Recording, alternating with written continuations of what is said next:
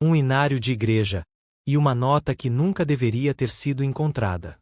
E bem-vindo ao Silent Thread. Eu sou seu anfitrião Arrow. E deixe-me saber nos comentários de onde no mundo você está assistindo. E o ouvir você torna cada mistério mais significativo. Vamos começar.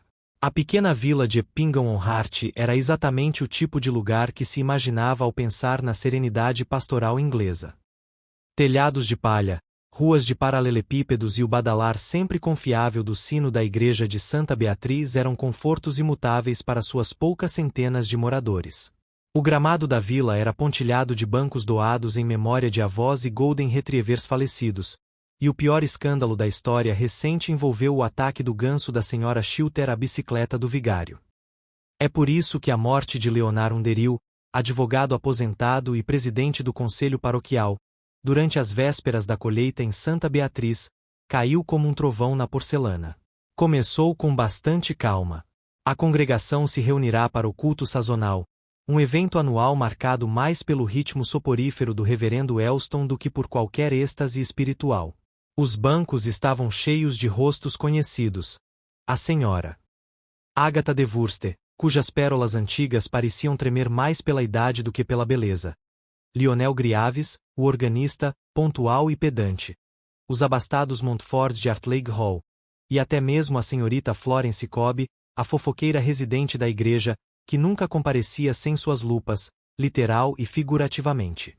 O coro tinha acabado de completar uma interpretação vacilante de todas as coisas brilhantes e bonitas quando isso aconteceu. O reverendo Elston, pretendendo citar a segunda carta a Timóteo, abriu o inário do púlpito e fez uma pausa. Algo havia escapado de entre as páginas. Uma nota, dobrada uma vez, sem adornos e claramente fora de lugar entre a liturgia e os hinos, caiu no chão.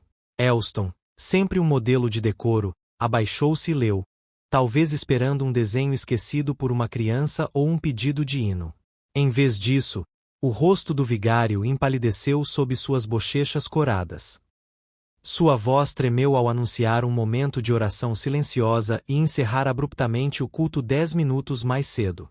Cicero's Crescium como Hera. Pela manhã, toda a vila sabia. Leonard Underhill havia sido encontrado morto em casa naquela mesma noite, caído em sua poltrona, com uma xícara de chá pela metade e um jogo de palavras cruzadas ao lado. A causa, sugeriu o médico delicadamente, parecia ser envenenamento. Belladonna, nada menos, provavelmente ingerida em forma líquida. Mas o detalhe mais assustador, passado de ouvido em ouvido trêmulo, foi este. A nota que escorregou do inário dizia, ele sabe. Pero antes de domingo. E foi assinado, simplesmente, M. O reverendo Elston mal dormia. O bilhete, agora amassado por suas mãos ansiosas, jazia à sua frente, sobre a escrivaninha de mogno no escritório da casa paroquial, ladeado por uma xícara de chá frio e seu café da manhã intocado. A luz da manhã penetrava pelas cortinas de renda, suavizando a dura verdade gravada naquela única e condenatória frase. Ele sabe. Pero antes de domingo. M. Quem era ele? E o que ele sabia? As perguntas giravam em sua mente como as páginas duras do inário ao vento da noite anterior. Leonard Underhill, conhecido por sua língua afiada e contabilidade meticulosa, era respeitado, embora não exatamente amado. Ele não tinha filhos, uma esposa falecida de quem se falava em sussurros e uma propensão a escrever cartas ao jornal local corrigindo pontos e vírgulas mal utilizados. A vila sempre presumira que, se o Sr. Underhill morresse, seria de indignação, não de veneno. Eram pouco mais de 9 horas quando o som de passos pesados lá fora tirou o reverendo de seus pensamentos. Ele olhou para cima. Parado no portão, com a bengala presa sob a mão enluvada, estava um homem compacto de presença inconfundível. Bigode impecavelmente enrolado, sapatos engraxados com um brilho ofuscante e olhos cinzentos aguçados pela observação, Hercule Poirot observava o jardim do vicariato com uma espécie de afeição desaprovadora, como se olhasse para um cachorro que tivesse invadido os canteiros de flores. O reverendo Elston correu para encontrá-lo. Monsieur Poirot, disse ele, com a voz embargada de alívio. Obrigado por vir tão em cima da hora. Mas é claro, disse Poirot gentilmente, apertando a mão do vigário com uma reverência cortês. O senhor me escreveu dizendo que algo curioso havia ocorrido durante um culto. E então, que o homem em questão havia morrido pouco depois. Curiosidade é uma coisa, senhor pastor. Assassinato é outra bem diferente. Entraram no escritório, e Poirot observou o bilhete sobre a mesa com a mesma atenção que se daria a um artefato inestimável. Não o tocou imediatamente. Em vez disso, inclinou-se para perto, como se a tinta pudesse sussurrar para ele. Posso? Ele perguntou finalmente. O reverendo Elston assentiu. Poirot ergueu o bilhete com a ponta dos dedos, lendo em silêncio antes de colocá-lo de volta na mesa. Ele inclinou a cabeça. O papel foi arrancado de um bloco de notas comum, disse ele. Nada de special. A caligrafia angular. Leve pressão à esquerda. A tinta, caneta tinteiro preta, mas borrada aqui no canto. Vê? Alguém estava com pressa. Sem impressões digitais. Suspeito. Não verifiquei, disse o reverendo, afobado. Caiu do inário. Foi isso que me chocou. Eu tinha acabado de abrir o hino 72. Estava preso no meio da página. Sim, disse Poirot pensativo. Então, quem o colocou lá presumiu que você o encontraria durante a cerimônia. Eu sim, claro. Poirot virou-se para a lareira apagada, com as costas retas e o olhar calculista. E você disse que Leonard Underhill morreu mais tarde naquela noite. Pouco depois das 10, disse o vigário. A governanta dele, a senhora Sloane, o encontrou na sala de estar. Ela disse que ele estava lendo o Eppingham Gazette, fazendo palavras cruzadas. O médico acredita que o veneno foi ingerido em menos de 1 hora. Poirot assentiu levemente. E o bilhete? O que você fez com ele logo depois? Bem, terminei o culto mais cedo e levei para casa. Não mostrei a ninguém. E, no entanto, disse Poirot, virando-se, em poucas horas a vila inteira sabia disso. O reverendo Elston Coro. Eu posso ter mencionado isso para a senhorita Cobb. Só de passagem, entende? Os lábios de Poirot se franziram, divertidos. Ah, só a senhorita Cobb. E você também sussurrou isso para o próprio sino da igreja. O vigário suspirou. Lá fora, o toque distante do sino das 10 horas ecoava pelo gramado, e Poirot interpretou isso como uma deixa. Saíram para a praça da aldeia, onde a atmosfera se tornará febril. Janelas se contrairão. Conversas cessaram quando passaram. Até os pombos, ao que parecia, observavam. A igreja de Santa Beatriz erguia-se silenciosamente ao lado do portal, com suas pedras antigas absorvendo o sol. Poirot entrou primeiro, movendo-se com precisão reverente pelos bancos até chegar ao púlpito. Ele examinou o inário. É exatamente esse. Sim, disse Elston. Poirot virou-se delicadamente para o hino 72. Ó Deus, nosso socorro em eras passadas. Franziu a testa. Curioso. Este hino não estava programado para as vésperas da colheita. Estava. O vigário piscou. Não era. Eu tinha escolhido o hino 68. Só abri para o 72 porque o Sr. Griaves tocou a introdução errada, e eu me virei para igualá-la. Os olhos de Poirot brilharam. Ah! Então, a localização da nota. Talvez fosse para um hino específico, ou para garantir que fosse encontrado. Mas se Griaves não tivesse tocado a música errada, então eu poderia nunca tê-lo encontrado, concluiu Elston, pálido. Eles retornaram à praça, onde a senhorita Florence Cobb estava parada ao lado da grade da igreja como uma garça esperando a fofoca passar. Ela tinha quase 60 anos, um olhar penetrante e vestia estampas florais que disputavam o domínio. Bom dia, senhor Poirot, disse ela, antes que ele pudesse se apresentar. O senhor vai querer falar com todos nós, sem dúvida. Fiz uma lista, se ajudar. Poirot inclinou a cabeça. Madame, a sua eficiência é impressionante. Ela sorriu. Poirot tirou da bolsa a lista que ela havia tirado, com a tinta ainda secando. Dizia: Lionel Griaves, organista, estava na igreja. 2. Senhora Agatha de Wurster. Sentou-se no banco da frente. 3. Judith Montfort, filha mais nova dos Montfort, estava chorando. 4. Sir Cedric Montfort, patrono da igreja, disputas com Leonard. 5. Senhorita Azel Underhill, sobrinha do falecido, recentemente retornada da Itália. 6. Senhora Sloane, governanta, encontrou o corpo. 7. Reverendo Elston, bem, é claro. 8. Eu, embora eu tenha visto tudo, naturalmente. Poirot ergueu ligeiramente a sobrancelha. E Judith Montfort estava chorando. Você disse? Ela enxugou os olhos durante metade da cerimônia. Disse a senhorita Cobb. Nervosismo. Ou remorso.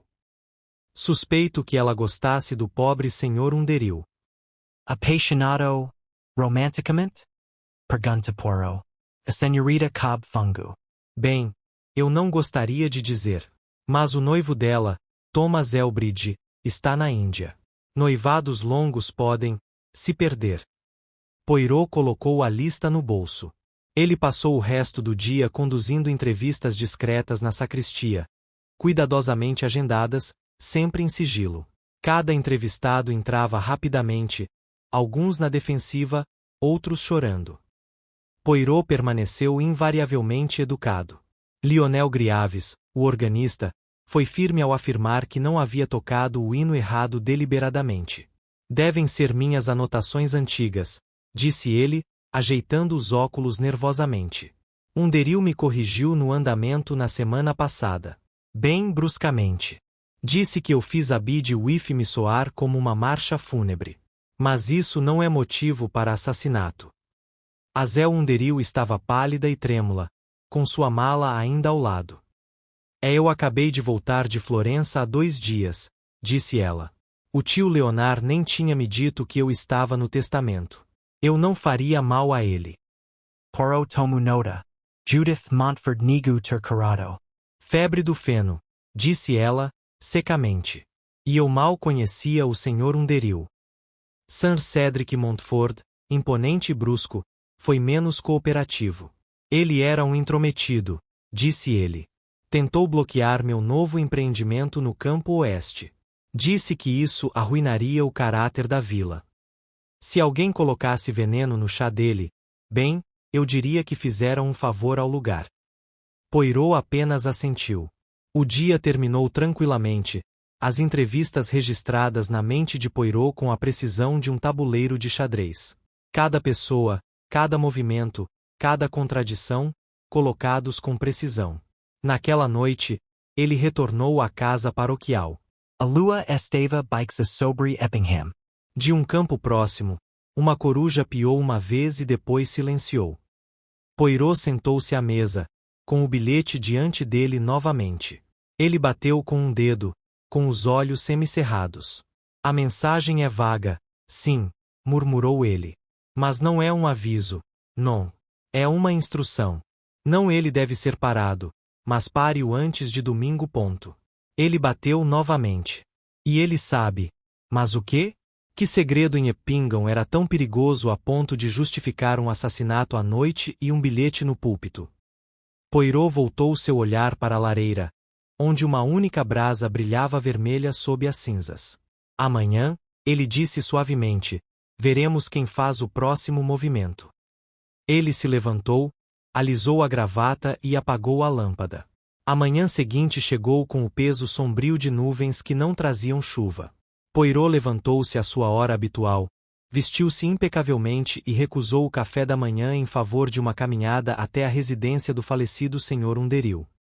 Deixou um bilhete para o vigário, breve e preciso: vou observar a cena do crime. A ordem, sempre, revela a verdade. A senhora Sloane, uma mulher corpulenta com olhos avermelhados e um avental severo, abriu a porta com relutância. Seu comportamento não era hostil, mas cauteloso, como se tivesse respondido a muitas perguntas, a maioria delas sussurradas. Se você está aqui por causa do chá, ela disse, enxugando as mãos no avental, eu não o fiz. Poirot inclinou a cabeça gentilmente. Vim apenas para ver, madame. Para seguir os passos dos que partiram. Ela o conduziu pelo corredor estreito, onde o papel de parede mostrava um leve descascamento perto dos rodapés, até a sala de estar nos fundos da casa. Poirot parou na soleira. Ali, pensou ele, o silêncio da morte havia brevemente superado o silêncio da vida doméstica. O cômodo era pequeno, forrado de livros e meticulosamente organizado. Uma poltrona de couro ficava perto da lareira, e uma mesa lateral ao lado ainda exibia a xícara de chá pela metade e uma colher de chá dispostas diagonalmente sobre o pires. Na mesa ao lado, havia uma gazeta de Eppingham meio dobrada, com as palavras cruzadas cuidadosamente preenchidas à tinta. Poirot agachou-se ao lado da xícara. Examinou a borda e cheirou delicadamente o conteúdo. A leve doçura da camomila persistia. Mas, por baixo, havia algo mais. Amargo. Acre. Ele não tocou na colher. Você diz que não preparou este chá, Madame Sloane. Não, disse ela com firmeza.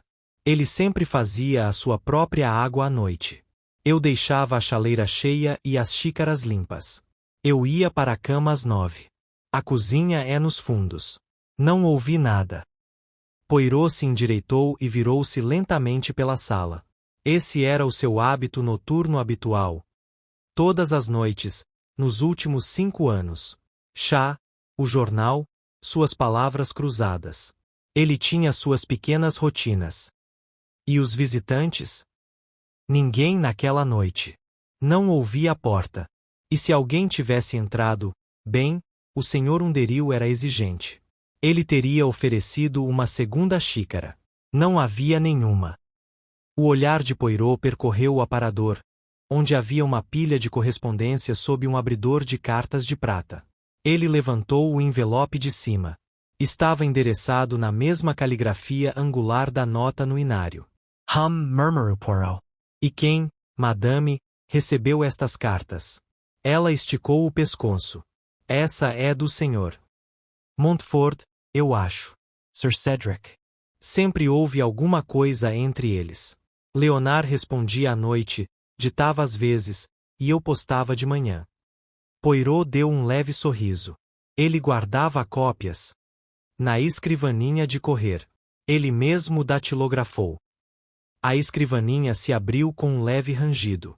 Dentro, pastas meticulosamente organizadas traziam etiquetas como correspondência do conselho, planejamento da vila, propriedade de Montfort e família HU.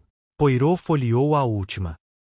Havia várias cópias de cartas, algumas para sua sobrinha, outras para advogados.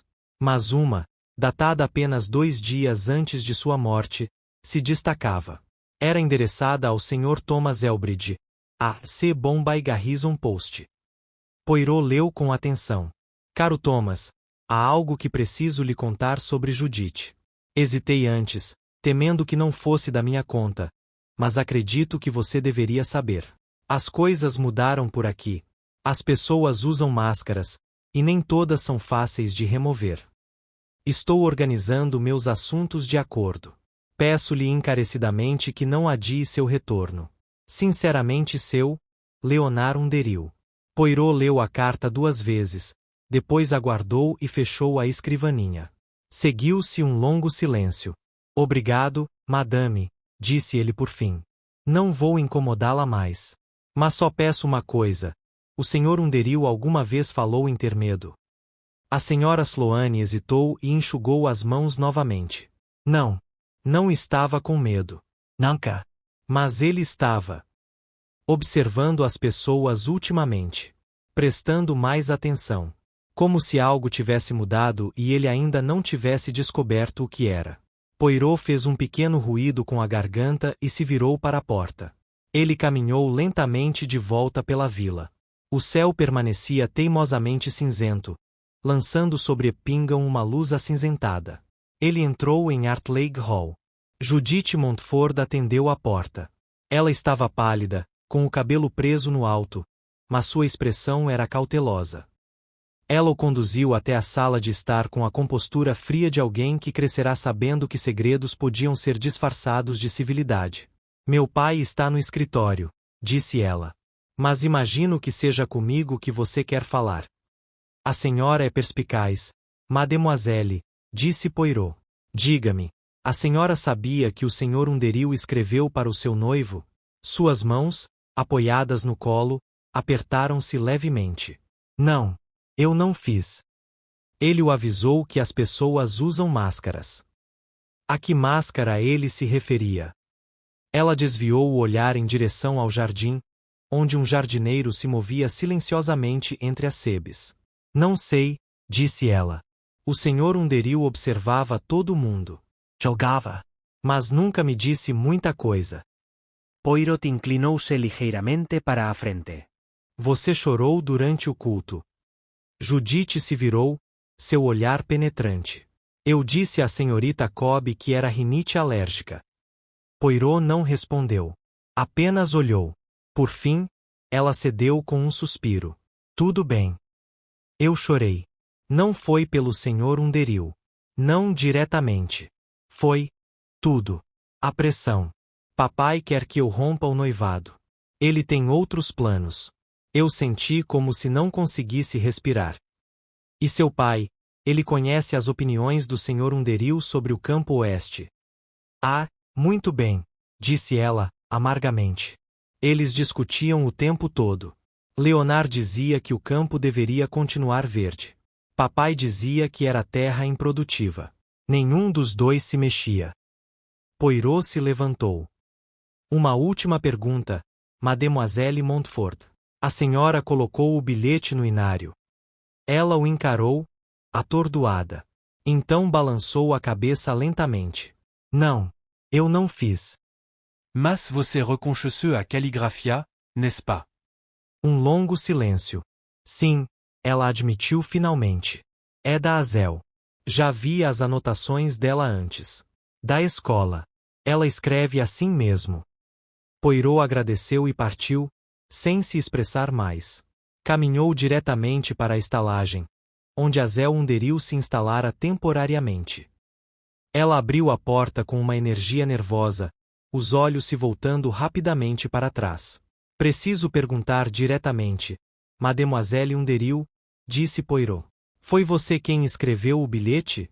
Ela pareceu desmaiar. Levou as mãos à boca. Eu não queria que ninguém morresse, ela disse. Os olhos de Poirot se estreitaram. Você escreveu isso? Sim, mas eu não o envenenei. Juro. Conte-me tudo. Agora. Hazel assentiu, com lágrimas se formando. Cheguei em casa cedo. Ele não estava me esperando. Encontrei documentos financeiros. Algo sobre o empreendimento Montfort, sobre o conselho. Ouvi uma discussão entre ele e Sir Cedric. Ele disse, se você tornar isso público, vai se arrepender. Fiquei com medo. Então escrevi o bilhete. Achei que alguém estava planejando machucá-lo. Eu não sabia quem. Só que ele estava em perigo. Pensei, talvez pudesse avisar alguém. Anonymamente. Eu estava desesperada. Não queria ir à polícia, não com tão poucas provas. Poirot olhou para ela em silêncio por um longo momento. E a escolha de escondê-lo no inário. As pessoas sempre abrem a igreja no hino errado por acidente, disse ela baixinho. Eu esperava que alguém o encontrasse, talvez até o próprio Sr. Underhill. Mas nunca imaginei que o vigário o visse durante o culto. Poirot se virou, com as mãos atrás das costas. A senhora colocou um pedido de socorro onde qualquer um poderia encontrá-lo. Mas outra pessoa, Mademoiselle, o encontrou primeiro. Alguém que sabia exatamente o que o Sr. Underhill sabia. Ele se virou bruscamente, com os olhos brilhando. E esse alguém, eu acho, agora cometeu seu primeiro erro. Poirot deixou Hazel Underhill parada no corredor da pousada, com sua confissão chorosa ainda pairando no ar atrás dele. Ele não a tranquilizou nem a condenou. Apenas ofereceu um pequeno aceno de cabeça, quase mecânico. Tens de se virar e sair para a tarde fria. Sua mente trabalhava rapidamente, percorrendo a rede de pistas e contradições que agora se desdobravam como um relógio. Hazel havia escrito o bilhete, sim, mas apenas como um aviso. Um aviso vago, desesperado, impreciso. Não era uma ameaça, nem um ultimato. Era um alarme. O verdadeiro crime havia sido cometido não pela mão que o escreveu, mas por quem interceptou a mensagem. E agiu rapidamente para silenciar Leonard Underhill antes que seu conhecimento pudesse ser compartilhado. A questão que permanecia era o que exatamente Leonard havia descoberto. A carta para Thomas Elbridge sugeria que se tratava de Judith. A discussão ouvida por Azel apontava para algo envolvendo o empreendimento Montfort. E Poirot não tinha dúvidas de que os dois estavam ligados, só que não de uma forma que alguém ainda entendesse. Ele retornou à casa paroquial, onde o reverendo Elston estava sentado na sala de estar com um prato de biscoitos intocado e a testa franzida. Levantou-se rapidamente quando Poirot entrou. O senhor parece preocupado, Monsieur Poirot. Não me incomodo, respondeu Poirot, tirando as luvas com lenta deliberação. Intrigado. O bilhete foi escrito por Mademoiselle Azel Underhill, como um aviso. Ela temia que Leonard tivesse descoberto algo perigoso. Elston sentou-se, sua postura agora tensa. Então ela colocou o bilhete no inário, esperando que alguém o visse. Exatamente. E alguém o fez, mas alguém que entendeu suas implicações muito melhor do que ela. Poirot começou a andar de um lado para o outro na pequena sala. Vamos examinar os acontecimentos com ordem e método, mon ami. Leonard Underhill era meticuloso. Ele observava. Ele ouvia. Ele tinha inimigos, Sir Cedric Montfort, o principal deles. Havia tensão em torno do projeto de desenvolvimento do Campo Oeste. E, no entanto, ele também se preparava para alertar o noivo de Judith Montfort sobre algo profundamente pessoal. O reverendo Elston falou lentamente. Você acha que a questão não é simplesmente financeira, mas pessoal, íntima. Acho, disse Poirot, que o que quer que Leonard tenha descoberto ligava os dois. A ambição dos Montforts por desenvolvimento imobiliário e a manipulação ou controle do futuro da filha. E isso. Sim, isso, seria motivo suficiente para o silêncio. Para o assassinato. O vigário pareceu enojado. Mas será que Sir Cedric realmente? Poirot levantou a mão. Não acusamos sem provas. Em vez disso, vamos considerar outra coisa. O veneno. O reverendo Elston piscou. Sim. Era a belladonna. Não era um agente sutil, difícil de encontrar em vilas modernas. Mas era historicamente usada para fins medicinais e ainda cultivada, ilegalmente ou involuntariamente, em alguns jardins mais antigos. Elston assentiu lentamente. Há um jardim murado em Artleigh Hall. A esposa de Sir Cedric o cuidava. Ela era uma espécie de botânica. Costumava fazer visitas guiadas. Os olhos de Poirot se estreitaram de interesse. Voilà. Então precisamos caminhar entre as plantas. Quando Poirot chegou a Artleigh Hall novamente, as nuvens já começavam a se dissipar. Sir Cedric estava em seu escritório, e desta vez, não se deu ao trabalho de se levantar quando Poirot entrou. Já disse tudo o que pretendia dizer, Monsieur Poirot. O senhor pode ser famoso em outros lugares, mas em Eppingham, nós cuidamos dos nossos próprios negócios. Até assassinato, Monsieur? Disse Poirot suavemente. O olhar de Sir Cedric endureceu. Underhill fez inimigos. Ele sempre se metia na vida dos outros. Poirot assentiu levemente. Sim. E agora ele está morto. E eu me interesso pelo conteúdo do seu jardim murado. Sir Cedric deu uma risada curta, mas sem humor. Quer dar uma olhada na estufa? Fique à vontade. Nada foi tocado desde que minha esposa faleceu. Poirot ofereceu um sorriso gracioso e saiu sem esperar por mais permissão. O jardim era exatamente como o vigário descrevera. Um antigo muro de pedra cercando o que devia ter sido um dia um baú de joias com plantas raras e exóticas. Agora, estava selvagem. Grama alta balançava ao lado de vasos quebrados, e trepadeiras rasteiras emaranhavam-se no portão de ferro forjado. Poirot entrou com cuidado, examinando cada canteiro, cada estaca etiquetada desbotada pelo tempo. Então ele encontrou Atropa belladonna, belladonna mortal. uma planta esguia, com frutos pretos e brilhantes, folhas modestas. E, no entanto, lá estava ela, prosperando em silenciosa negligência.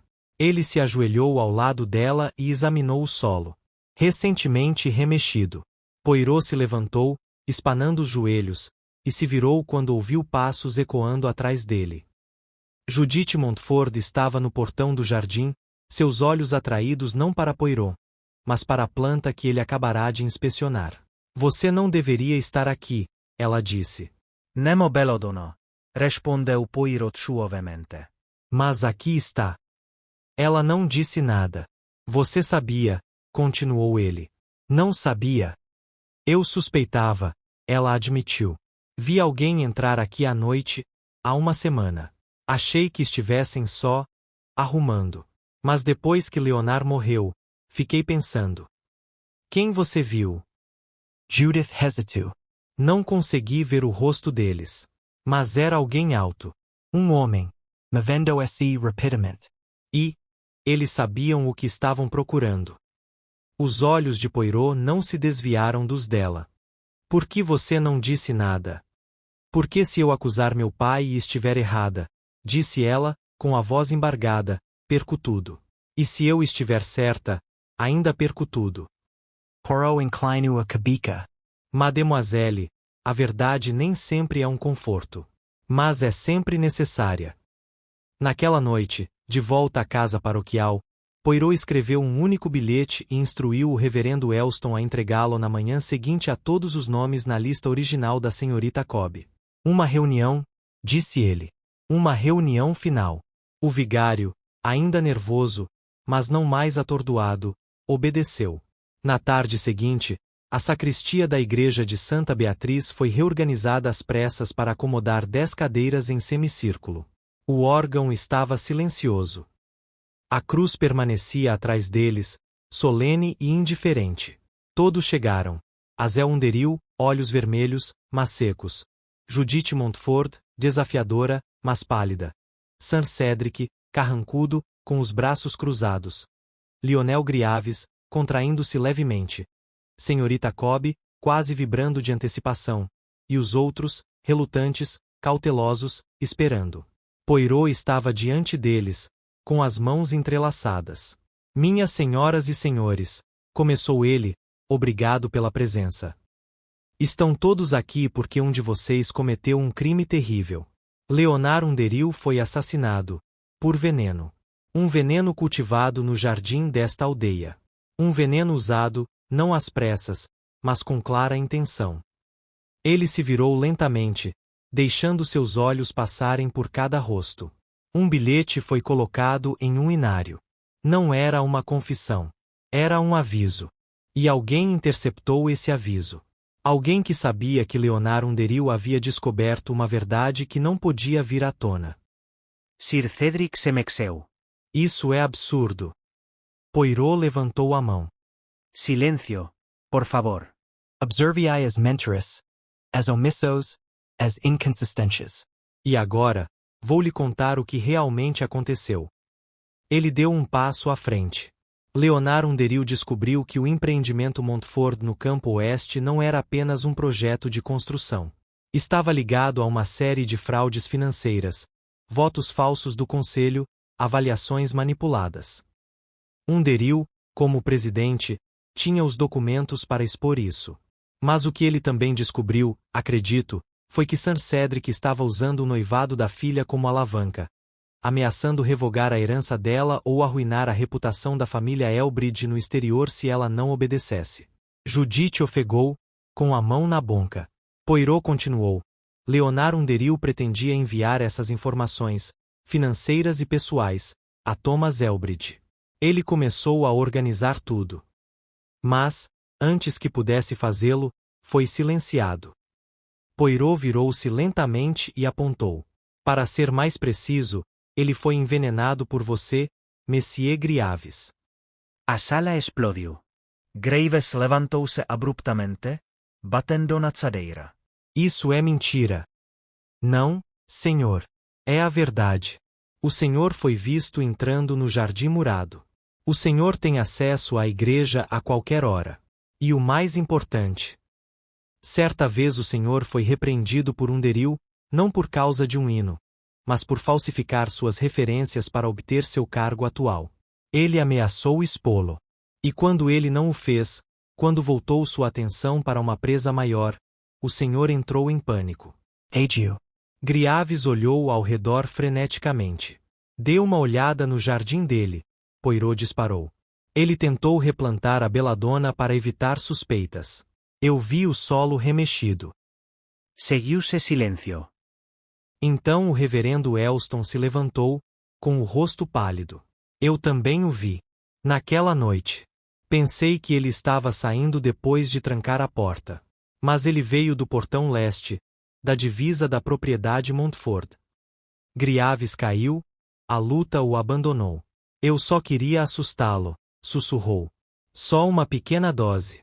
Não sabia que seria fatal. Poirot suspirou e deu um passo para trás. O veneno raramente obedece a meias medidas.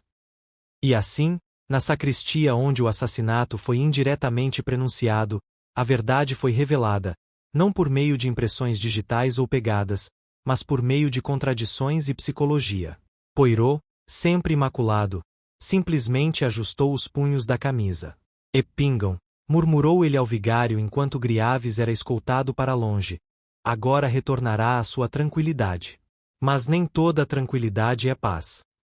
E com isso, Hercule Poirot retornou ao seu chá. Do lado de fora da igreja de Santa Beatriz, o céu finalmente mudará de cor. A luz se derramava por entre nuvens esparsas como se a própria verdade a tivesse trazido à tona. Mas dentro da sacristia, um estranho silêncio pairava sobre o grupo. O reverendo Elston murmurou uma breve oração em voz baixa. Azel Underhill permaneceu imóvel, com as mãos firmemente entrelaçadas, e Judith fitava o chão de pedra, com o rosto indecifrável. Griaves, agora subjugado, foi escoltado para fora pelo guarda de Artleig, que havia sido chamado minutos antes por ordem de Poirot. No entanto, para Hercule Poirot, o caso ainda não havia terminado. Nenhum sorriso triunfante passou por seus lábios, nenhuma declaração satisfeita de que tudo estava concluído. Em vez disso, seu olhar permaneceu fixo em Sir Cedric Montfort, que não se levantara nem falará desde que a acusação recaiu sobre Griaves. Poirot aproximou-se dele lentamente. Messieurs, disse ele com serena precisão, o senhor manteve o silêncio. Talvez agora me permita uma pergunta não de crime, mas de consciência. Sir Cedric ergueu os olhos, semicerrados. O senhor pegou o seu assassino, Monsieur Poirot. O que mais há para dizer? Poirot ergueu uma sobrancelha. Muita coisa. Veja bem, acredito que Leonard Underhill não morreu apenas por causa da mão de Griaves. O verdadeiro perigo, a semente do medo, foi plantada não com veneno, mas com pressão. Pergunto novamente, com o que você ameaçou Leonard Underhill que o deixou com tanto medo, tão desesperado, a ponto de começar a alertar os outros por carta? Sir Cedric levantou-se abruptamente, atraindo todos os olhares. Eu não ameacei ninguém. Ele era um intrometido, um espinho em todos os cantos. Só isso. O tom de Poirot permaneceu calmo. E, no entanto, ele escreveu a Thomas Elbridge, um homem que ele nunca conhecera, com avisos urgentes. Não sobre terras ou permissão de construção. Sobre Judith. Sobre Mascaras. Veja bem, Messieurs, não era apenas uma disputa comercial. Era uma disputa humana. Leonard começara a enxergar a crueldade por trás do charme da paz da aldeia. E assim ele agiu. Houve um longo silêncio, quebrado apenas pelo eco do canto distante dos pássaros do lado de fora dos muros da igreja. Judith levantou-se de repente. Sua voz, quando falou, era áspera e trêmula. Ele tentou me forçar, disse ela, com os olhos brilhando para o pai. A terminar o noivado. Disse que eu era uma tola, que Thomas não tinha nada a oferecer. Que, se eu não fizesse isso, ele arruinaria a carreira de Thomas antes mesmo de começar. Sir Cedric não disse nada, mas seu maxilar ficou tenso. Ele me disse que já tinha escrito uma carta ao comandante do regimento, continuou ela. Que não precisaria de muita coisa, uma pergunta sobre lealdade, sobre antecedentes familiares, e tudo estaria acabado. Ele odiava a ideia de perder o controle. Azel Underil deu um suspiro suave. Poirot assentiu uma vez, como se Judith tivesse apenas confirmado um cálculo. Então entendemos, mademoiselle. Seu tio viu essa manipulação pelo que ela era.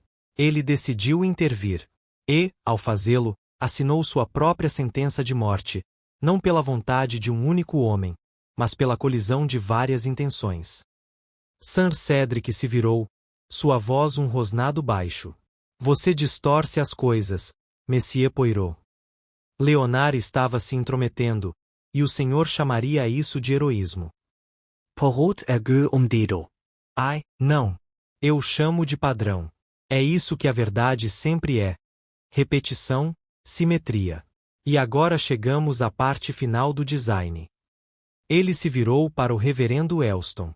Monsieur Lepasteur, o senhor se lembra de algo que me contou, sobre a rotina do Sr. Underil?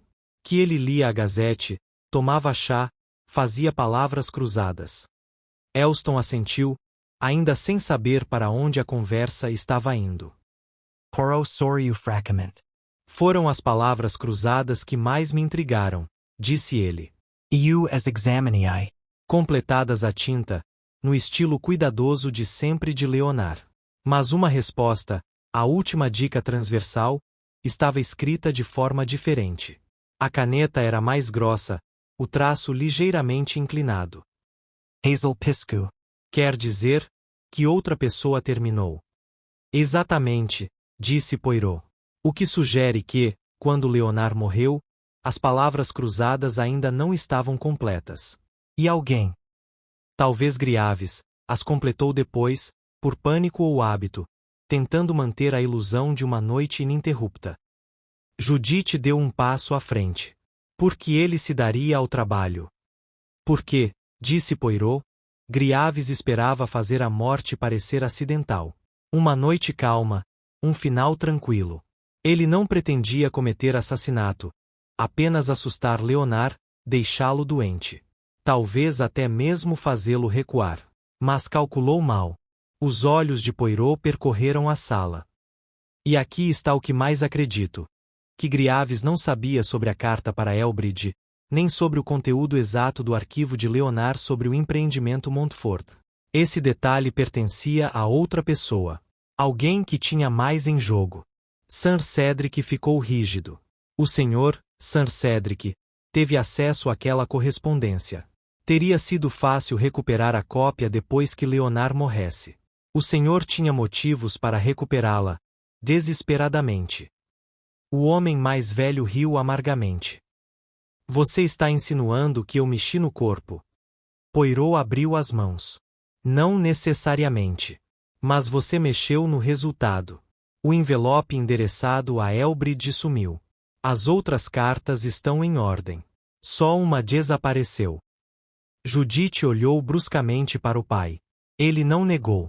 Apenas disse, com frieza e firmeza, fiz o que era necessário. Poirot se virou para os outros. Vejam, meus amigos, existem muitos tipos de culpa.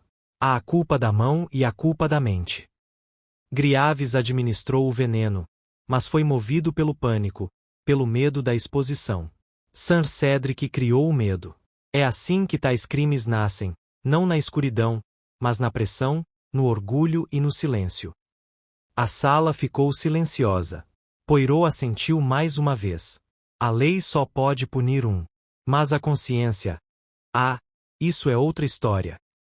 Ele se virou para sair. Enquanto os outros lentamente começavam a se dispersar. Alguns em silêncio, outros sussurrando. Judith seguiu Poirot até a porta da igreja. Lá fora, o ar cheirava a pedra úmida e grama cortada. Ela tocou o braço dele. Obrigada, disse ela suavemente. Por ver tudo. Por proteger o que sobrou. Poirot deu um pequeno sorriso melancólico. Mademoiselle, eu não protejo, apenas revelo. O que as pessoas escolhem fazer com a verdade, c'est leur affaire. Mas espero que, agora, você esteja livre para viver como você mesma. Sem máscaras. Ela assentiu, com os olhos brilhando. E seu noivo, ele receberá a carta, eventualmente. O aviso de Leonard não foi em vão. Uma cópia ainda existe. Tomei a liberdade de transcrevê-la antes que desaparecesse. Ela chegará à Índia. Judith prendu a resperceo. O senhor é extraordinário, Monsieur Poirot. Ele tirou o chapéu em despedida. Não, mademoiselle. Sou apenas muito exigente. Ele se afastou da igreja, seus sapatos engraxados batendo levemente nas pedras do caminho. Enquanto caminhava pela praça, passou pela senhorita Cobb sentada impecavelmente em seu banco, com o caderno na mão. Bem, eu nunca, murmurou ela, observando-o passar. Nem um sussurro fora do lugar, e mesmo assim ele viu tudo. O bigode de Poirot se contraiu. Sussurros, disse ele para si mesmo, muitas vezes são os sons mais altos de todos. E com isso, ele deixou o Eppingham Honhart para trás. Seus segredos finalmente desenterrados, seu silêncio restaurado e seu povo deixado para viver entre as verdades que eles haviam enterrado por tanto tempo sob sorrisos, hinos e cercas vivas. Poirot não deixou Eppingham imediatamente. Embora as formalidades do caso estivessem concluídas, Greaves preso, os motivos dissecados e os piores segredos da aldeia revelados. Poirot já aprenderá há muito tempo que a verdade, uma vez revelada, muitas vezes não se esclarecia tão perfeitamente quanto a polícia desejaria. Haviam resíduo nessas coisas: culpa persistente, vergonha silenciosa e a sutil mudança de poder e percepção entre aqueles que ficaram para trás. Ele permaneceu mais uma noite na casa paroquial, recusando educadamente convites para chá e agradecimentos. O reverendo Elston passará a falar menos e rezar mais, mas naquela noite perguntou baixinho: o senhor acredita, Monsieur Poirot, que Greaves agiu sozinho, no sentido mais verdadeiro? Poirot misturou o açúcar na tisana com cuidado metódico. Não, disse ele gentilmente. Mas a lei precisa ser clara. Ela não pode processar o que não pode definir. Greaves administrou o veneno, e é isso que importa no tribunal. Mas, como vimos nos olhos de Sir Cedric Montfort e no silêncio de outros, o crime começou muito antes de a xícara de chá ser tocada. Elston assentiu lentamente. E você acha que a sobrinha estará segura agora? Hazel. Poirot olhou pela janela, onde a última luz do entardecer refletia na borda dos vitrais da igreja. Ela terá paz, disse ele por fim. Ela disse a verdade. Há força nisso. Na manhã seguinte, Poirot acordou cedo e caminhou mais uma vez pela vila antes da chegada de sua carruagem à estação. Seus passos não eram apressados, mas deliberados. Como se cada passo tivesse o objetivo de coletar as impressões finais deixadas pela tempestade que ele ajudara a desenterrar. No armazém, ele parou. A campainha acima da porta tocou delicadamente, e atrás do balcão estava Florence Cobb, vestida com seu traje floral de sempre segurando uma caneta tinteiro sobre uma página nova de seu caderno. Ah, ela disse, endireitando-se. Achei que você pudesse aparecer. Poirot deu um leve sorriso. Eu não poderia partir sem me despedir do cronista de Eppingham. Ela inclinou a cabeça. Você me chateou bastante, sabia? As pessoas estão cochichando se Judith vai embora ou se Sir Cedric vai renunciar ao conselho. E Hazel, bem, há rumores de que ela vai vender a casa em Underhill e se mudar para Bath. Poirot assentiu. Sussurros são a forma de cura da aldeia, madame. Eles permitem que as verdades sejam reabsorvidas sem muita dor. Florence estreitou os olhos. Você acredita que tudo está real? Mente terminado? Não, disse ele simplesmente. Nada nunca está realmente terminado. Mas está resolvido. E isso é muitas vezes o máximo que podemos esperar. Ela se inclinou ligeiramente para a frente. Eu me pergunto, você suspeitou de Greaves desde o começo? Poirot sorriu ao ouvir isso. Madame, quando se investiga um assassinato, suspeita-se de todos. Essa é a única maneira de eliminar alguém. Ela bufou baixinho e olhou para ele com mais seriedade. Underhill. Não era fácil gostar dele, mas ele não merecia isso. Ninguém merece ser assassinado, respondeu Poirot. Mas talvez o que ele realmente não merecesse fosse a solidão que isso representa. Acredito que ele morreu tentando proteger os outros, mesmo tendo todos os motivos para se afastar. A senhorita Cobb fechou o caderno com um estalo suave. O senhor não é o que eu esperava, Monsieur Poirot. Poucas pessoas são assim, ele disse, e ofereceu um aceno cortês antes de voltar para o sol da manhã. Quando o relógio da igreja de Saint Beatrice bateu 10 horas, Poirot chegou mais uma vez a Artleigh Hall, não para investigar, mas para devolver algo. Judith atendeu a porta, vestida não com suas roupas normais de alfaiataria, mas com uma blusa e saia simples que lhe davam a aparência de alguém sem peso, ou tentando se sentir assim. Ele lhe entregou um envelope lacrado. Esta, disse ele, é a segunda cópia da carta que seu tio destinava a Thomas Elbridge. Aquela que você temia que tivesse desaparecido para sempre. Os olhos dela se arregalaram. Você, realmente tinha. Pedi ao reverendo Elston que procurasse novamente, discretamente, e ele o encontrou enfiado sob o forro da gaveta da escrivaninha. Se foi escondido de propósito ou simplesmente perdido às pressas, não sei. Mas achei melhor não mencionar até que as coisas estivessem mais calmas. Ela segurou o envelope com dedos trêmulos. Você acha que eu deveria enviá-lo? Poirot deu de ombros levemente. Não cabe a mim dizer. Mas acho que, se fosse eu gostaria de saber a verdade, não importa o quão tarde ela chegasse. Judith assentiu lentamente. Você tinha razão. Sobre as mascaras. Usei uma por tanto tempo que quase acreditei. Poirot sorriu gentilmente. Cuidado para não confundir força com silêncio. Mademoiselle. Não são a mesma coisa. Quando ele se virou para sair, ela o chamou. O que você vai fazer agora? Poirot se virou, com os olhos brilhando. Voltarei para Londres. Há uma padaria no Sorro que serve a mais divina torta de amêndoa. E então, talvez, um novo caso. Sempre há mais enigmas, mais mentes para ler. O sorriso dela era sincero. Obrigada. Poirot tirou o chapéu. Adeus. Sua última parada foi a casa de Leonard Underhill, agora fechada e silenciosa. O advogado da aldeia cuidaria da propriedade, e Azel já havia providenciado sua venda.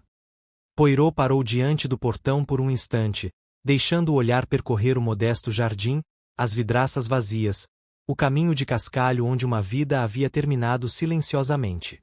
Pensou, não no momento da morte, mas nas decisões que a levaram. Nas cartas escritas, nas verdades reunidas por um velho que escolhera a justiça em vez da segurança. Poirot respeitava isso. Compreendia. Ele próprio fizera tais escolhas. Quando sua carruagem chegou, ele entrou com silenciosa satisfação. O trem o aguardava, e Londres com ele, mas ele não leu nem descansou durante a viagem. Em vez disso, observou a paisagem passar como um borrão, com as mãos cuidadosamente cruzadas no colo, a mente divagando pelos detalhes de Eppingham upon Hart não como uma cena de crime, mas como um lugar onde, apesar de todos os seus espinhos, uma espécie de honestidade estranha e relutante florescera.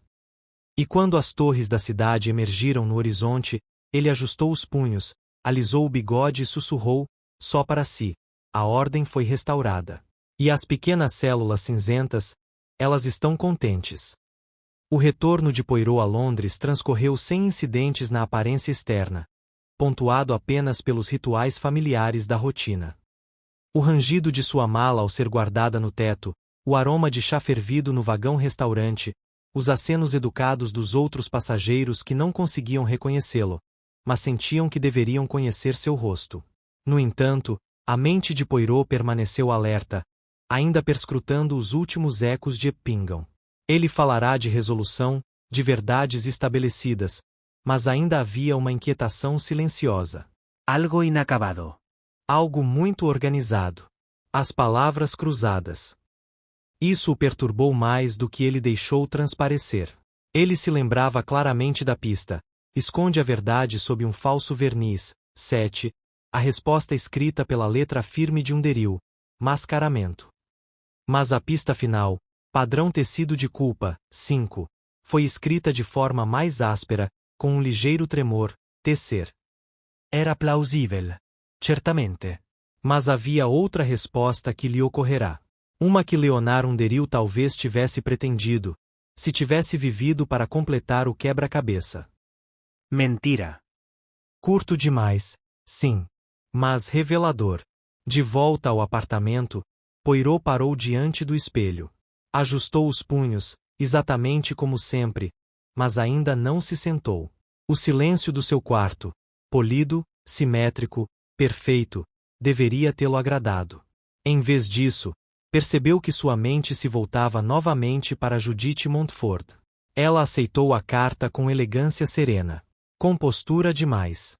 Ela ficará ao lado do pai, deixará que ele fosse acusado de pressão, manipulação e crueldade. Teria ela se sentido aliviada pela desgraça dele ou saberá de algo mais? Algo que escolhera não dizer.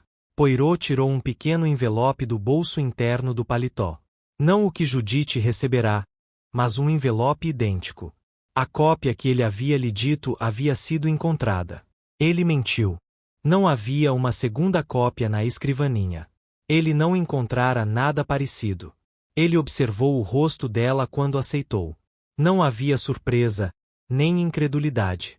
Apenas cálculo. Gratidão, sim. Mas de um tipo específico. Como se um plano tivesse dado certo. Ele se lembrava muito bem de quão rapidamente ela havia passado de vítima a guardiã da verdade, de como suas palavras haviam se encaixado como se tivessem sido ensaiadas.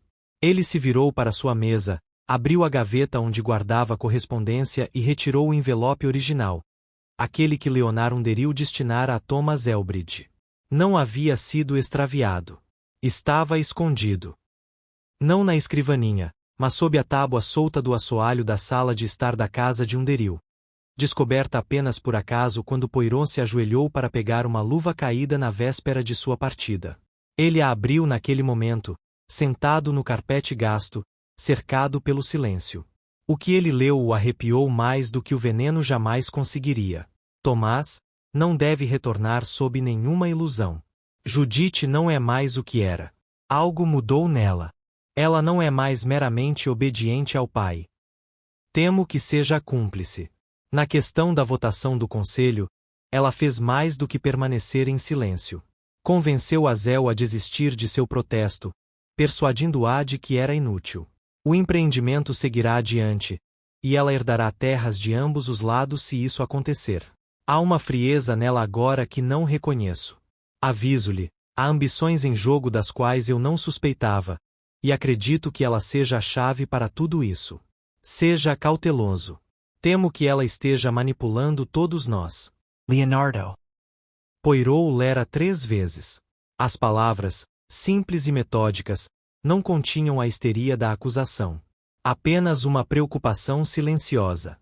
Do tipo que não sinaliza paranoia, mas a clareza que precede o medo.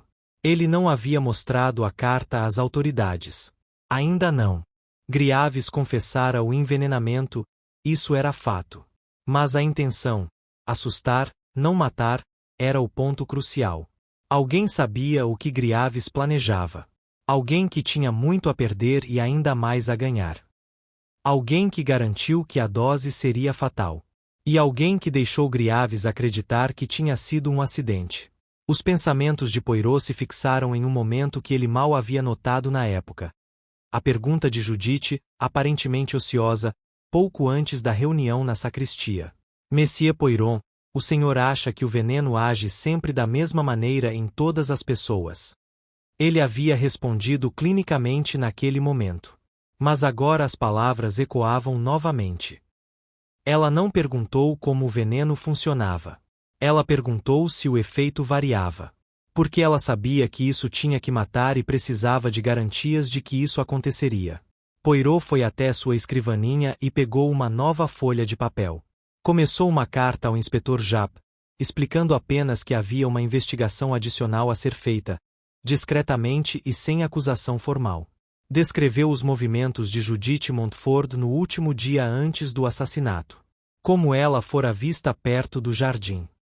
Como ela teve acesso ao histórico médico do pai. Como ela poderia saber do efeito específico da beladona em um homem com a constituição de Leonard. Hipertensão, pulso irregular. Uma pequena dose para um poderia ser fatal para outro. E ela tinha todos os motivos. Com a oposição do pai ao noivado enfraquecendo sua posição e o tio se tornando uma barreira moral, ela corria o risco de perder o controle. Mas, removendo ambos os homens, primeiro em reputação, depois na vida. Ela emergiu como independente, influente e única herdeira de uma série de propriedades diretamente afetadas pelo acordo de desenvolvimento. Sem mencionar a gratidão de um noivo distante, que jamais reconheceria sua participação em algo mais obscuro do que a lealdade familiar. Poirot não pediu prisão. Ainda não. Ele apenas pediu a Japp que observasse. Em silêncio. Ele o contataria novamente em 10 dias, após visitar Thomas Elbridge na Índia. Ele dobrou a carta, selou-a e recostou-se na cadeira. Na sala de estar, o relógio da lareira bateu 9 horas. Poirot se levantou, serviu uma dose modesta de conhaque e foi até a janela. A cidade brilhava em seu silêncio crepuscular. Mas mesmo ali, em meio à sua ordem e estrutura, ele sentia, o que sentirá em Eppingham, que a justiça era uma coisa delicada. Não terminava com uma confissão, nem começava com um corpo. Vivia nos espaços entre as aparências, nas sutilezas da voz, na mudança de olhar, na ausência de perguntas quando perguntas deveriam ter sido feitas. Judith não havia envenenado seu tio. Mas talvez ela tivesse se certificado de que ele morreria por causa disso. E isso, Poirot sabia, era uma verdade que a lei talvez nunca sustentasse, mas uma que suas pequenas células cinzentas não esqueceriam. 3 dias se passaram em Londres, e Poirot continuou sua vida com aparente calma. Seus ternos estavam passados, seu café da manhã precisamente no horário combinado e seu bigode, com a simetria habitual. No entanto, por baixo da superfície, o caso ainda o ocupava, não como um enigma a ser resolvido, mas como um equilíbrio moral ainda incerto. Ele passava as tardes relendo a carta que Leonard Underhill escrevera para Thomas Elbridge.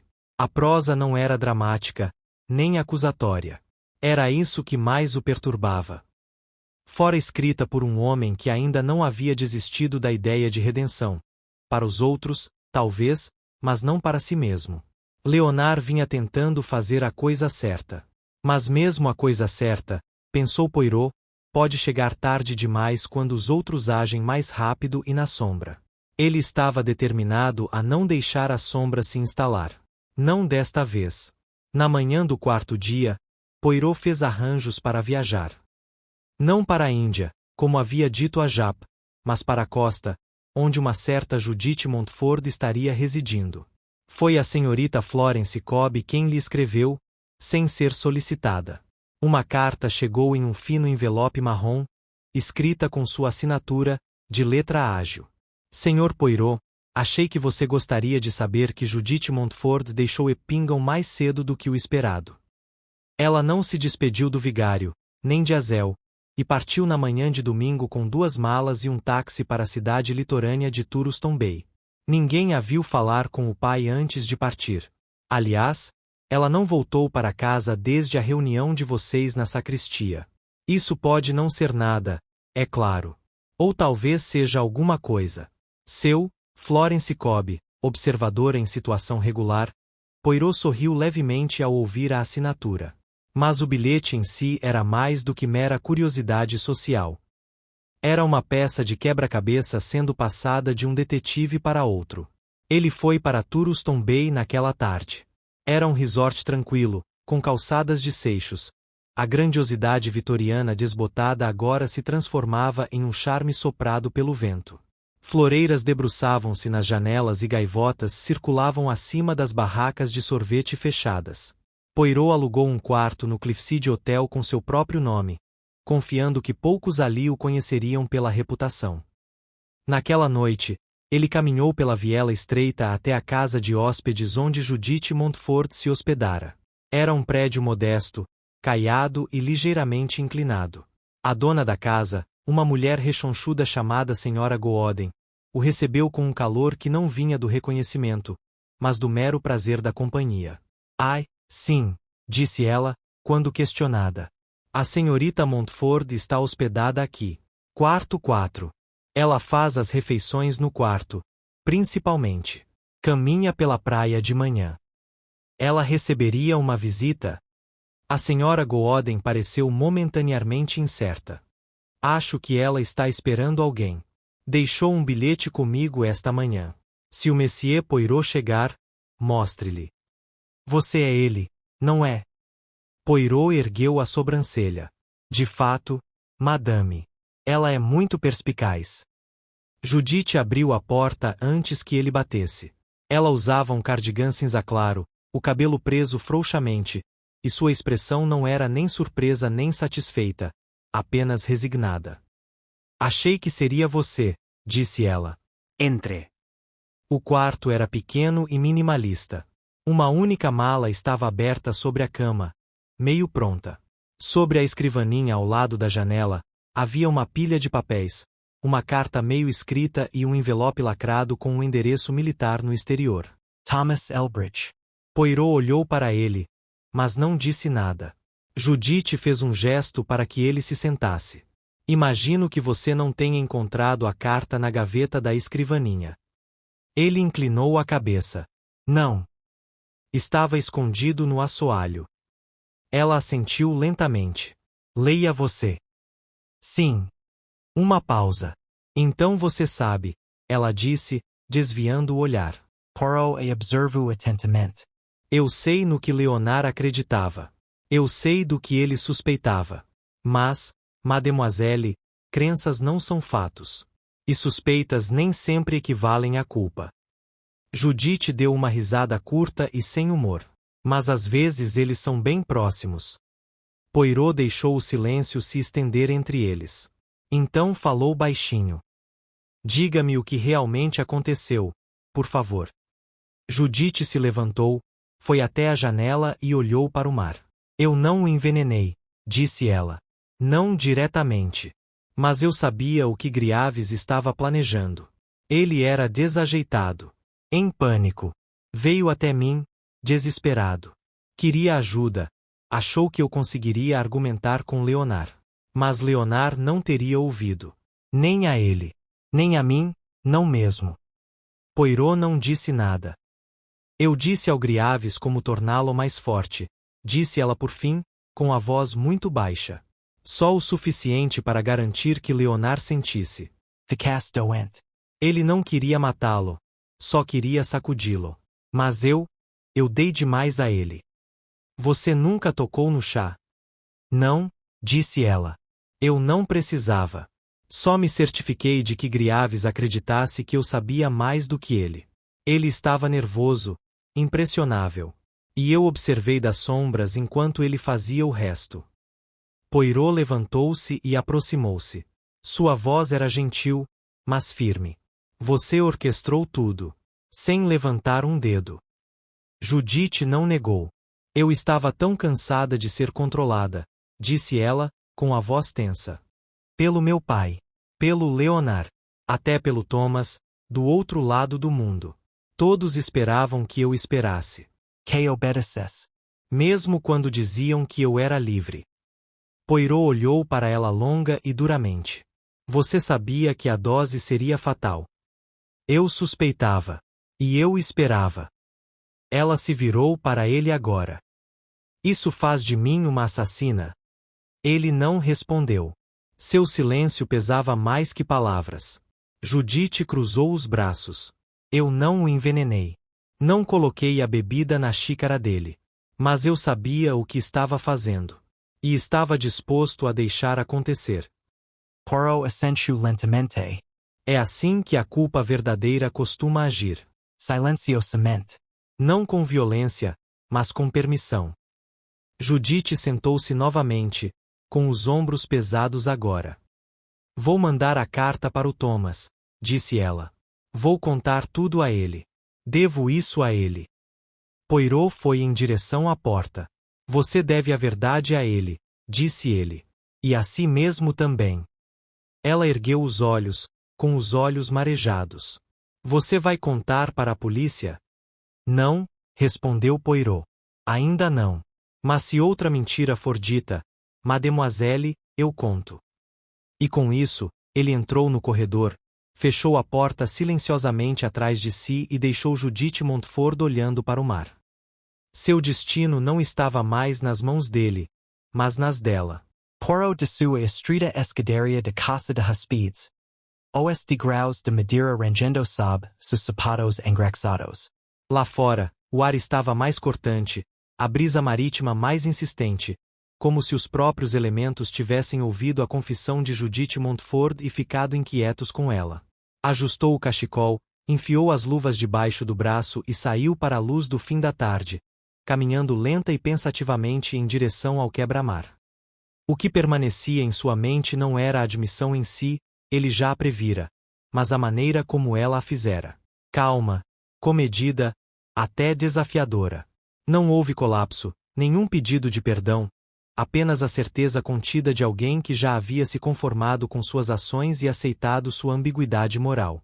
Era, pensou Poirot, semelhante a observar um jogador de xadrez que sacrifica sua rainha para vencer a partida 2 lances depois. Mas Judith ainda não havia vencido. Nem havia perdido. E o jogo, na verdade, não havia acabado. Sentou-se num banco de pedra com vista para a baía de Seixos. A maré estava baixa, deixando rastros de algas escuras e areia clara. Ao longe, um cão solitário latia. Poirot cruzou as mãos sobre a bengala e pensou. Se a história de Judith fosse digna de crédito, e ele acreditava nela, em sua essência, então Griaves não agira sozinho. Mas Griaves, em sua confissão, falará apenas de medo e exposição, não de conspiração. O que significava, raciocinou Poirot, que ele realmente não compreenderá toda a extensão de seu papel. Que Judith não apenas guiara sua mão, como também ocultara dele as implicações. Sua manipulação fora precisa, invisível até mesmo para seu cúmplice. E isso, Poirot refletiu sombriamente, era perigoso. Porque uma mulher capaz disso, influência calculada sem envolvimento aparente, também era capaz de fazê-lo novamente. Ele permaneceu lá até que a luz começou a diminuir, então se levantou e voltou para o hotel, onde encontrou um telegrama esperando na recepção. Era do inspetor Japp. Recebi sua carta. Reabrindo a investigação silenciosa em Montfort. Encontrei algo estranho. Griaves não teve acesso ao jardim depois de uma semana antes de sua morte. Porteo trancado. Chave com a casa de Montfort. Nenhum sinal de abrigo. Poirot leu a mensagem 2 vezes e depois a dobrou lentamente. Então, Griaves não poderia ter colhido a beladona sozinho. O que significava que a suposição que ele e a polícia fizeram, de que Griaves havia pegado o veneno do jardim, estava incorreta. Ou melhor, incompleto. Outra pessoa havia obtido a planta. Alguém que morava em Artlake Hall. Alguém que tinha acesso ao jardim murado. Alguém como Judith Montfort. Ou Sir Cedric. Poirot hesitou, depois volte. Ou para seu quarto e pegou seu caderno. Se Griaves acreditava estar usando uma dose leve de veneno, de onde ela viera? De um extrato seco? De um pó? Se ele havia recebido a toxina, em quantidade ou em forma, de outra pessoa, então sua história não era apenas imprecisa, mas também cuidadosamente encenada. A questão era: quem havia organizado a apresentação? Ele relembrou a conversa com Judith. Ela não admitira ter tocado no chá. Alegara apenas ter aconselhado Griaves sobre a dose, incentivando-o a tomar uma quantidade maior. Mas se fora ela quem havia obtido o veneno, se o havia dado diretamente a ele sob o pretexto de ajudar, então a questão não era meramente de culpa. Foi premeditação. Poirot escreveu um bilhete rápido e o enviou ao estalajadeiro perto da baía, instruindo-o a se informar discretamente nas boticas ao longo da costa. Se alguém, Judith ou não, tivesse obtido qualquer forma de atropina ou extrato de beladona, poderia ter sido localmente. Greaves jamais usaria visitar tal lugar. Judite, talvez. Na manhã seguinte, alguém bateu discretamente à sua porta. O estalajadeiro lhe entregou um pedaço de papel dobrado, junto com uma sobrancelha erguida. Encontrei sua resposta, ele disse simplesmente, e partiu. Poirot desdobrou.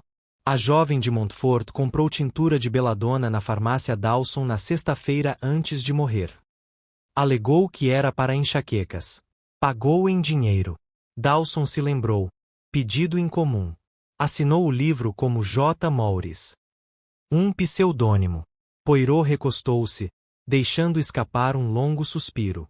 Agora ele tinha o fio que faltava. Judite não apenas influenciou Greaves, ela preparou as condições, escolheu os meios e apresentou o método. Ela encenou o assassinato como um erro de cálculo, orquestrou a confissão de um homem tolo demais para perceber que havia sido usado, e então, se afastou dos destroços, vestindo o manto do conflito moral. E o que mais perturbou Poirot foi que ela quase conseguiu escapar impune. Ele caminhou novamente até a casa de hóspedes. Judite respondeu abatida com uma expressão cúmplice. Você ainda não terminou comigo. Poirot não retribuiu o sorriso. A senhora mentiu, mademoiselle. Alegou ter aconselhado. Na verdade, a senhora providenciou. A senhora obteve a tintura. A senhora preparou o cenário. Ela não disse nada por um longo momento. Então, e se eu fizesse? Poirot entrou na sala e fechou a porta. Então a lei ainda pode ter motivos para encontrar sua mão na taça. Judite foi até a mesa, com os dedos apoiados na carta lacrada para Thomas Elbridge. Eu pensei que se eu fizesse parecer um acidente. Poirot a interrompeu suavemente. Você achou que poderia dar ao mundo o que ele queria. Uma tragédia, não um crime. A voz de Judith Suruka. Ele controlava tudo. Meu futuro, minha herança, meu relacionamento. Até as escolhas de Thomas. Greaves era fácil de guiar. Leonard. Leonard teria destruído tudo. A expressão de Poirot não vacilou. Leonard Underhill teria revelado tudo, mademoiselle. Não é a mesma coisa. Judite olhou para a carta. Poirot enfiou a mão no casaco e retirou o telegrama.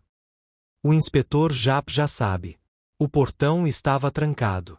Greaves não tinha acesso. Ele é inocente de intenção, talvez até de ação. Mas você... Ele não terminou a frase. Deixou o silêncio cair entre eles como uma lâmina.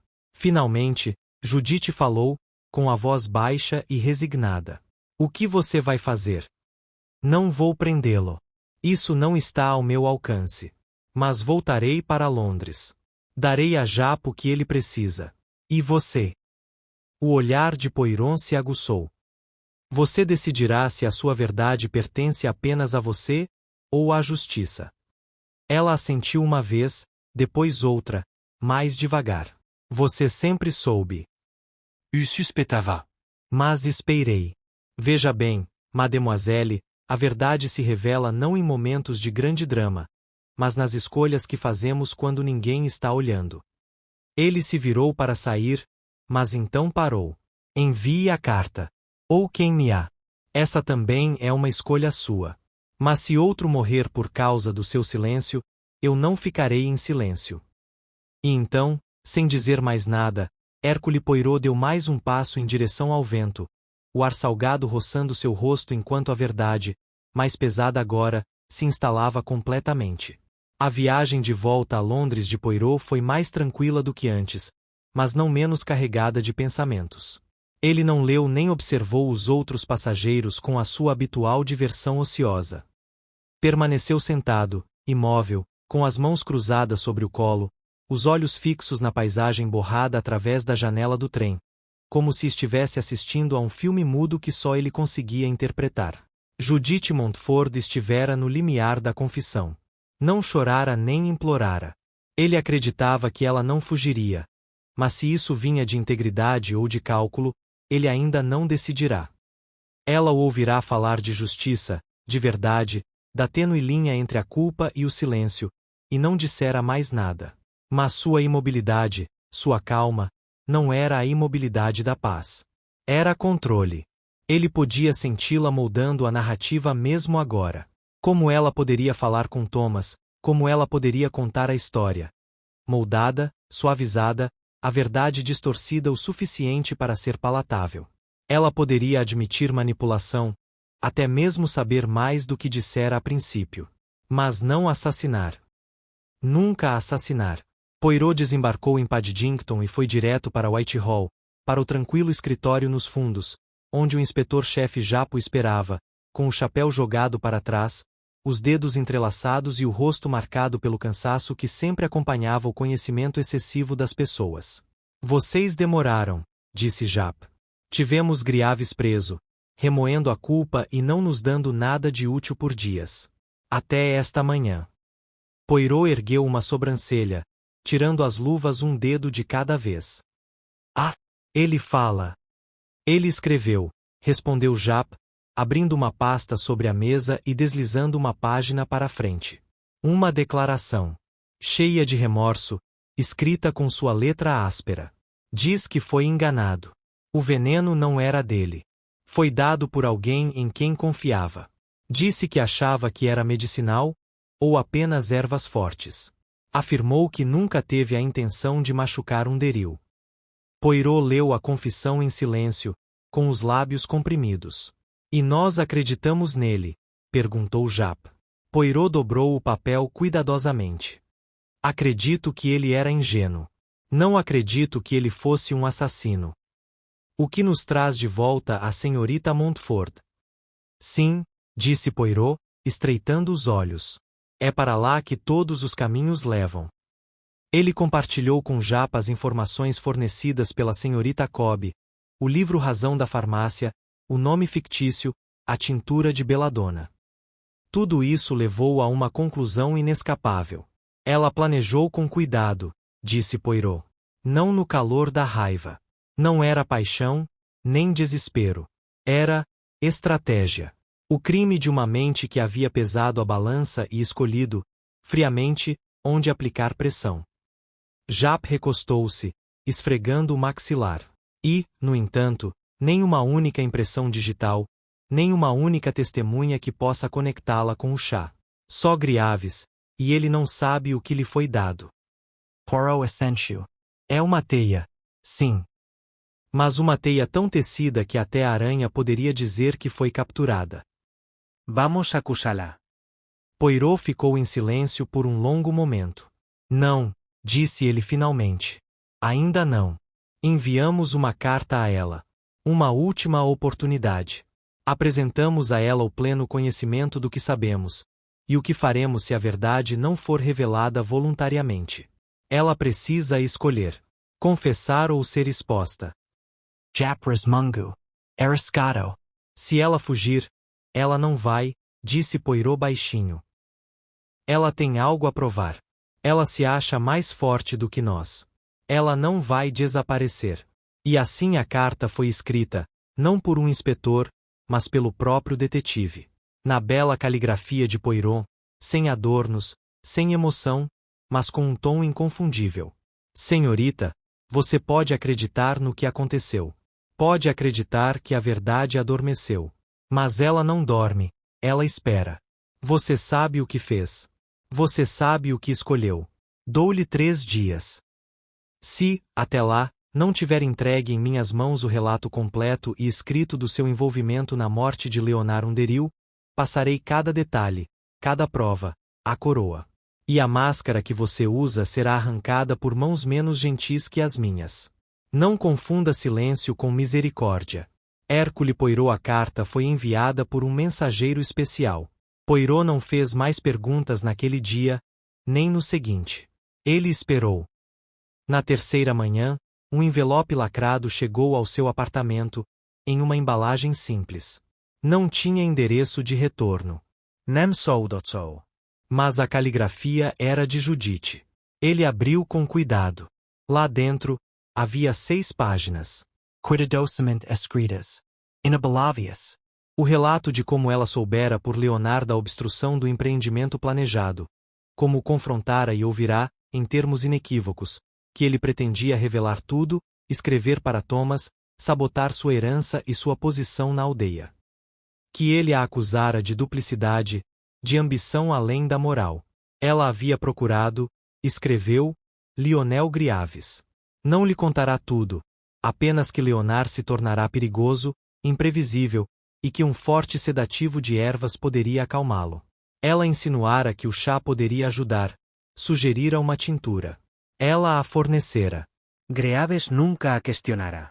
Ela não tinha visto Leonard morrer. Não tinha ficado do lado de fora da janela dele. Mas sabia, assim que ouviu a notícia, que seu papel tinha ido além do que se poderia imaginar. E não disse nada. Poirot leu a confissão lentamente, e depois novamente. Não havia pedido de desculpas. Mas havia verdade. Ele dobrou as páginas e as colocou em uma pasta de papel pardo.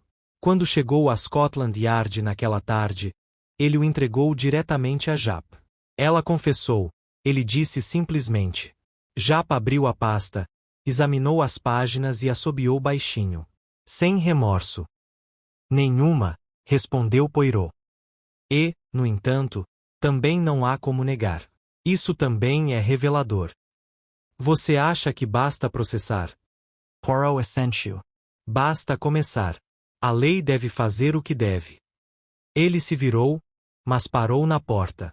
Ela não vai se declarar culpada, acrescentou. Não facilmente. Ela se considera justificada. Ela vê o mundo como um livro-razão de ganhos e perdas. Seu tio, para ela, era uma subtração. Japp deu um pequeno grunhido de desgosto. Que Deus ajude quem se casar com ela. Os olhos de Poirot permaneceram na pasta. Ela não se casará com Thomas Elbridge, disse ele calmamente.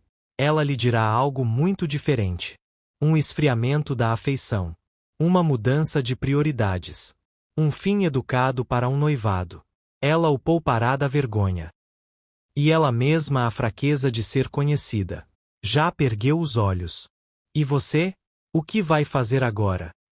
Poirot deu de ombros levemente. Vou descansar. Arrumar meu apartamento. Talvez visitar o alfaiate.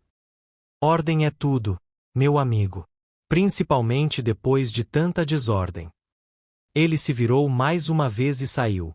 Naquela noite, sozinho em seu escritório, Poirot acendeu uma única vela.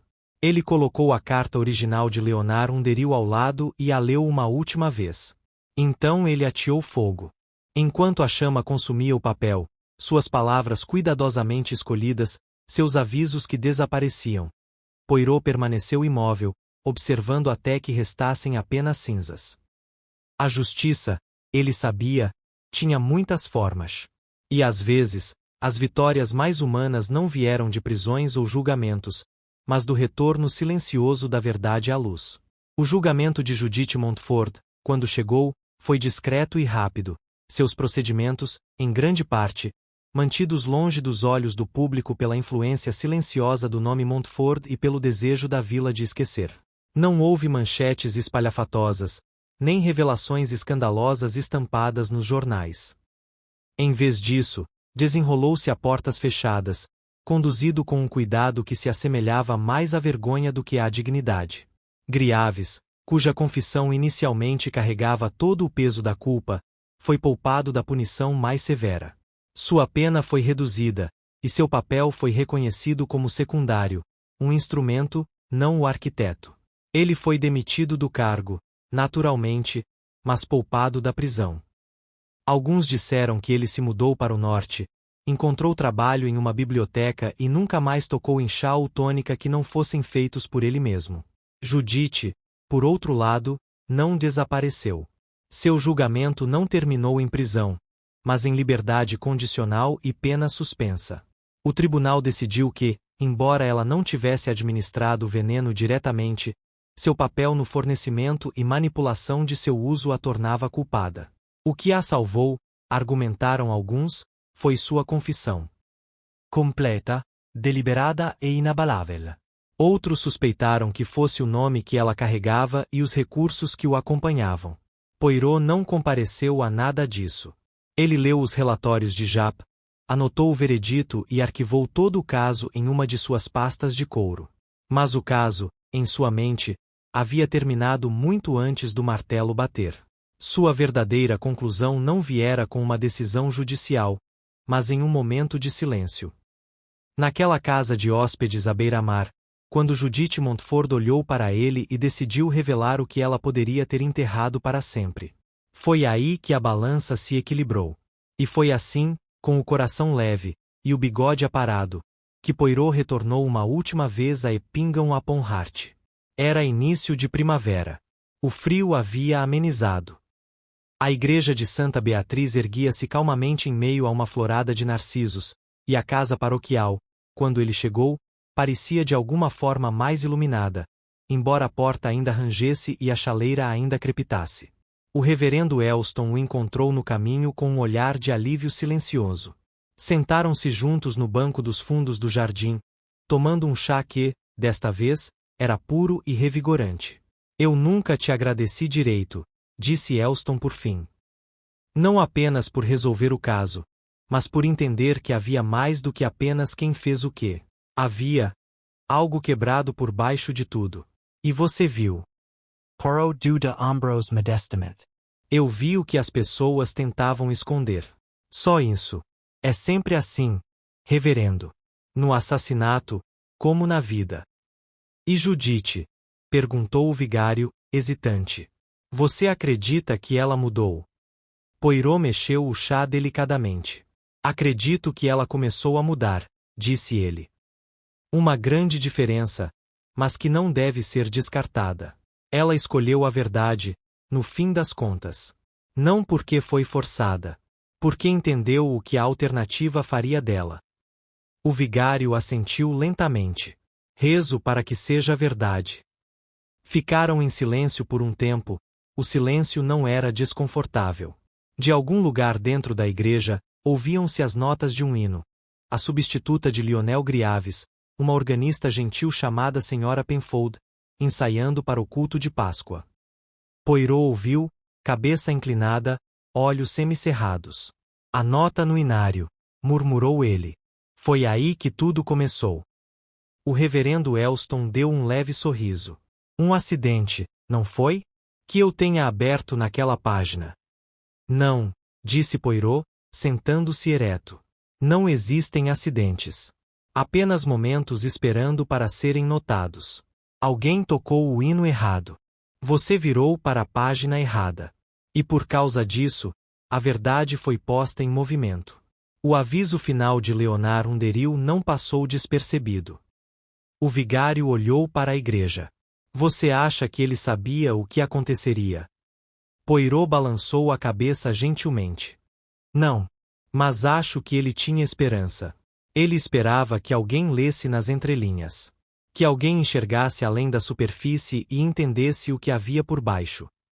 Ele se levantou e limpou um grão de pólen do pelo. Nem sempre é o herói que sobrevive, reverendo. Mas, às vezes, é a sua voz que sobrevive. Enquanto Poirot voltava pelo parque da vila, a senhorita Florence Cobb o interceptou com sua habitual mistura de decoro e olhar inquisitivo. Ela carregava um jornal dobrado em uma mão e um bolo de frutas embrulhado na outra. Suponho que desta vez você vai nos deixar para sempre, disse ela. Infelizmente, sim. Londres exige minha atenção. Bem, disse ela, entregando-lhe o bolo de frutas, seremos mais sem graça sem você. E muito menos organizados, imagino. Poirot curvou-se levemente. Então saio de Eppingham melhor. Alguns dizem que a vila está mais tranquila agora, acrescentou. Outros dizem que está mais desperta. Poirot fez uma pausa. Ambos estão corretos. Ele tirou o chapéu e entrou no carro que o esperava e que o levaria até a estação.